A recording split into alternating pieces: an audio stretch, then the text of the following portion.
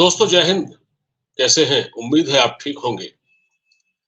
सबसे पहले तो आप सबका बहुत-बहुत शुक्रिया कि आप मेरे चैनल को देखते हैं और उसकी तारीफ करते हैं जो उसमें कंटेंट होता है और आपके उत्साहवर्धन से ही मैं इस चैनल को और आगे ले जाने की कोशिश कर रहा हूँ। इसमें आपके सहयोग की ज़रूरत है। सहयोग बस इतना कि आप चैनल को सब्सक्राइब कर लें, वीडियो को लाइक और शेयर ज़रूर किया करें।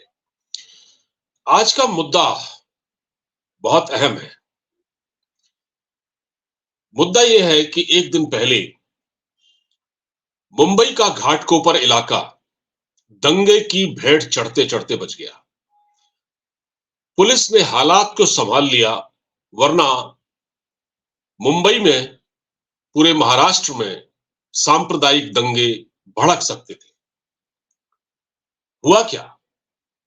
हुआ वही, एक मौलाना की, एक मुफ्ती की नफरत अंगेज तकरीर, और वो भी ऐसी तकरीर एक बड़े जलसे में।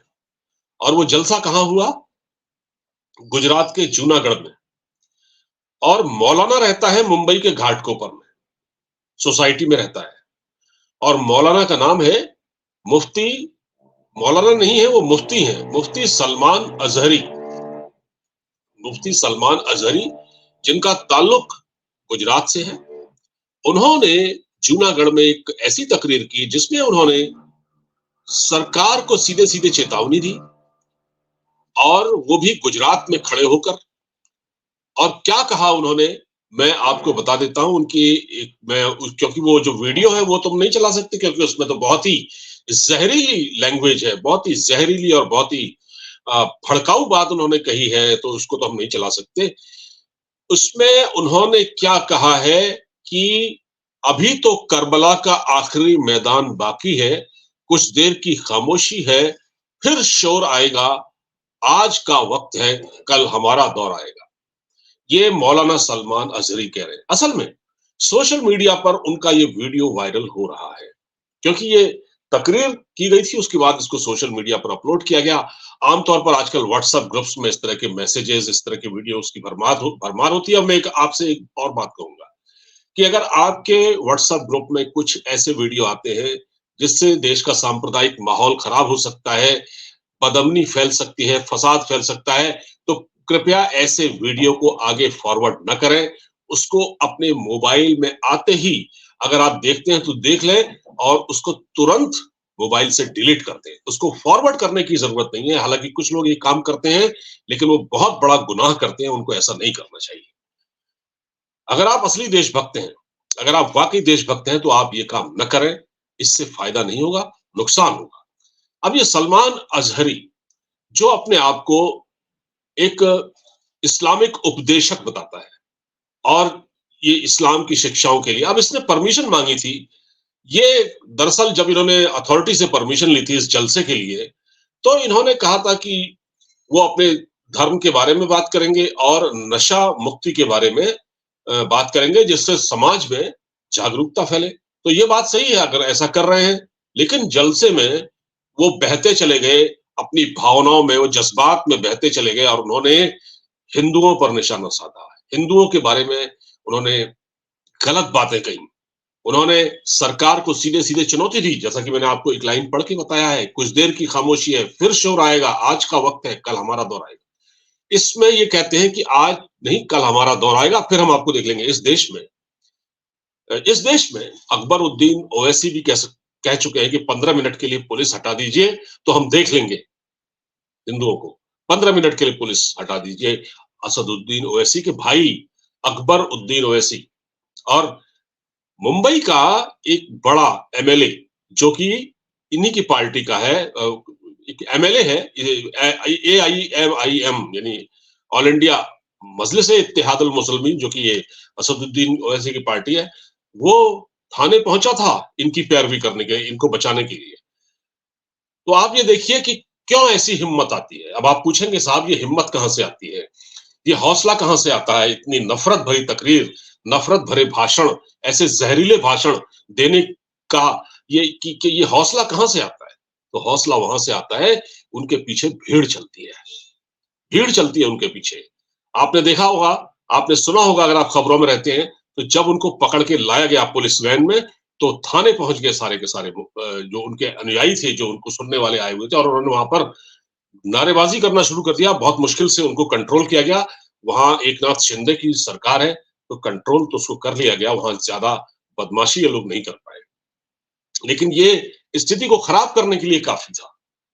जैसे कि आप अभी देख रहे हैं, उत्तर प्रदेश में मौलाना तौकीर रजा खान है, बरेली का है ये, और ये अक्सर इस तरह की धमकियां देता रहता है। अब इसने ज्ञानवापी मस्जिद, जो ज्ञानवापी मंदिर, ज्ञानवापी मस्जिद कहाँ हो सकती है, मंदिर है ना, मंदिर है वो, तो मंदिर को तोड़ के मस्जिद बनाई गई ना, तो उस पर वो कह रहा था ये बहुत हो गया, हमने तब बर्दाश्त कर लिया जब बाबरी मस्जिद गिरी थी, अब हम बर्दाश्त नहीं करेंगे।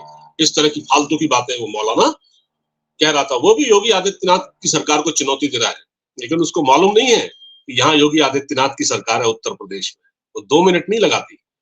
खैर, अब देखिए, ये जो भाषण हुआ और उसके बाद इसको पकड़ा गया, इसको पुलिस ले आई, और ये हेट स्पीच का मामला था, हेट स्पीच का मामला था।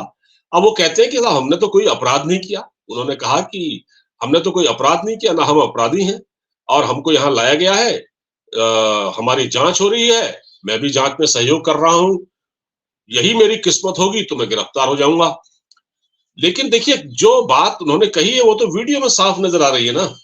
आपने अगर नशा मुक्ति की बात की होती तो समझ में आता, आपने अपने धर्म के बारे में कुछ अपने लोगों को मैसेज दिया होता सकारात्मक, वो समझ में आता। लेकिन आप तो वहां हिंदुओं के खिलाफ विश्वमन कर रहे थे, जहर उगल रहे थे। आप आप वहां पर माहौल खराब करने की कोशिश कर रहे थे, आपने सरकार को चुनौती देने की कोशिश की। उसका नतीजा है कि आपको पकड़ के पुलिस थाने ले आया गया, अब एक्शन होगा।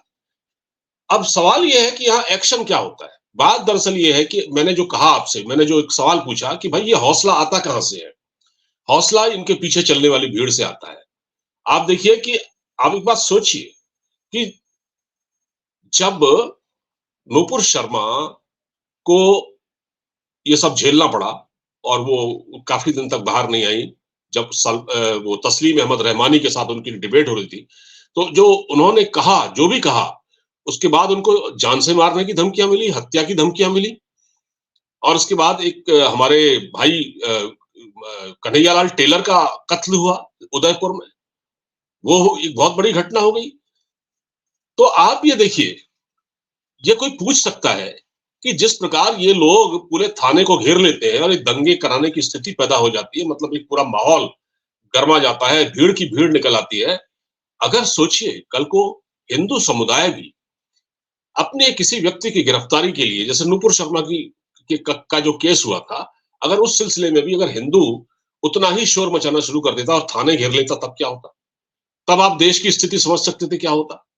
लेकिन हिंदू समुदाय अमन पसंद है, वो धैर्यवान है, वो इस तरह वो हुजूम में नहीं चलता। ये लोग भीड़ भीड़ नहीं है इनकी, ये हुजूम है, और वो अपना काम करती है। लेकिन बात ये है कि फिर मैं कह रहा हूं कि ये हौसला कहां से मिलता है। बात ये है कि हौसला वहां से मिलता है जहां हमारा कानून लचीलापन दिखाता है। हमारे देश का जो कानून है, उसमें बहुत सारे ऐसे लूप होल्स हैं। अब देखिए, हो सकता है इस मौलाना को भी जमानत मिल जाए, वो माफी वगैरह मांग ले, लेकिन क्या उसकी फितरत बदलेगी ये मैं नहीं कह सकता। भाषण वो फिर भी ऐसे दे सकता है, सलमान अजहरी। तो अब आप देखिए कि कानून के कमजोर होने की वजह से कानून जो अपना काम नहीं कर पा, अभी देखिए अगर कानून यहाँ सख्ती से लागू होना शुरू हो जाए, जैसे उत्तर प्रदेश में होता है ना, जैसे जैसे उत्तर प्रदेश की योगी सरकार अपनी नजीर पेश कर रही है इस वक्त, जैसे मध्य प्रदेश में इस वक्त कानून अपना काम कर रहा है, अगर इसी तरह से कानून इतना सख्त हो जाए, तो कानून का खौफ पैदा हो जाए, तो शायद ये नफरत अंगेज तकरीर जो भाषण देते हैं ये मौलाना, ये बंद हो जाए। भैया, ये कोई इस्लामिक देश नहीं है, ये कोई पाकिस्तान नहीं है जहां बहुत बड़ी भीड़ एक मौलाना को सुनती है और फिर उसके पीछे पीछे। हालांकि यहाँ भी कुछ इसी तरह के हालात है। याकूब मेमन के जनाजे में आपने देखा कितनी भीड़ थी। जो आतंकवादियों के जनाजे में जो भीड़ उमड़ती है, ये भी बंद होनी चाहिए, और उनके लिए जो कोर्ट रात में खुल जाती है वो भी बंद होना चाहिए। ये क्यों होता है इस देश में? ये क्या इंसाफ दिलाने के लिए होता है एक आतंकवादी को? तो मैं फिर वही कह रहा हूं, ये फिर कानून की बात आ गई। कानून कहीं ना कहीं लचीला है, और इस लचीले कमजोर कानून का ये लोग फायदा उठाते हैं।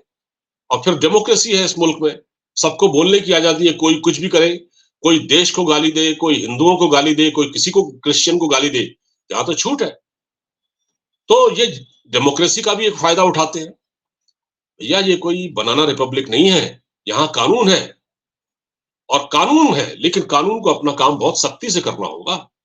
और अगर नहीं करेंगे तो फिर सांप्रदायिक दंगों से आप बच नहीं सकते। जिस प्रकार की तकरीरें ये लोग कर रहे हैं, इनको जितना खुला छोड़ दिया गया है। जाकिर नायक क्या करता था यहाँ पर? वो भी इस्लामिक उपदेशक था जाकिर नायक, वो भी यही लोगों को भड़काता था। उसके पीस टीवी में क्या काम होता है? वो लोगों को भड़काता है, वो हिंदुओं के खिलाफ जहर उगलता है, वो हिंदू धर्म को कुछ समझता ही नहीं है।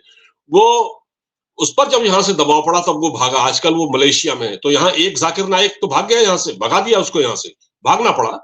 हालांकि उसके पीछे भी पुलिस अरेस्ट कर, उसके पीछे भी हमारी एजेंसियां लगी हुई हैं इस पर। लेकिन यहाँ तो एक नहीं, यहाँ तो पता नहीं कितने जाकिर नायक है इस देश के अंदर, जो जहरीले भाषण देते हैं खुलेआम, और कानून का डंडा उन पर जिस प्रकार से चलना चाहिए वो नहीं चलता है। तो ये कब चलेगा? कब चलेगा? आपको ये बात मेरी समझ में आ चुकी होगी कि ये कानून की कमजोरी की वजह से, डेमोक्रेसी में इतनी छूट मिलने की वजह से एक मौलाना इस हद तक चला जाता है कि वो सरकार को चुनौती देता है, उस सरकार को जो बहुमत से चुनी गई है। अगर मैं महाराष्ट्र की बात करूं या मैं केंद्र सरकार की बात करूं, जहां अब बहुत सख्ती है, तो फिर कहां से ये हिम्मत आती है? फिर कानून अपना काम कब करेगा? ये बहुत सारे सवाल हैं, इसका जवाब मिलना चाहिए। फिलहाल दोस्तों, ये वीडियो आपको अच्छा लगा हो तो उसको शेयर कीजिएगा दोस्तों में, और चैनल को सब्सक्राइब करना मत भूलिएगा। वीडियो को लाइक अवश्य करें। नमस्कार, जय हिंद।